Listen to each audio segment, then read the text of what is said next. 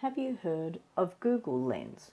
It's a pretty cool feature. So when you're in your search bar, like a normal search bar, whether you're doing it on your mobile phone, on the top, on the right of the search bar, there's a tiny little square. And when you click on that little square, it's next to the voice recorder. When you click on that little square, it'll actually allow you to highlight text, take a snapshot of text, and it can do a translation of that wording for you. You can go shopping, so that if you highlight like a food item with the barcode, take a snapshot of that, and then it'll give you information about that food. Places.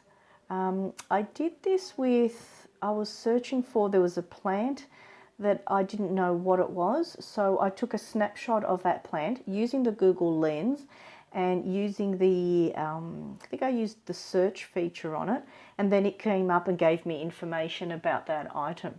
So it's a cool way you can take snapshots of things and it will find that out for you, find out information about it for you.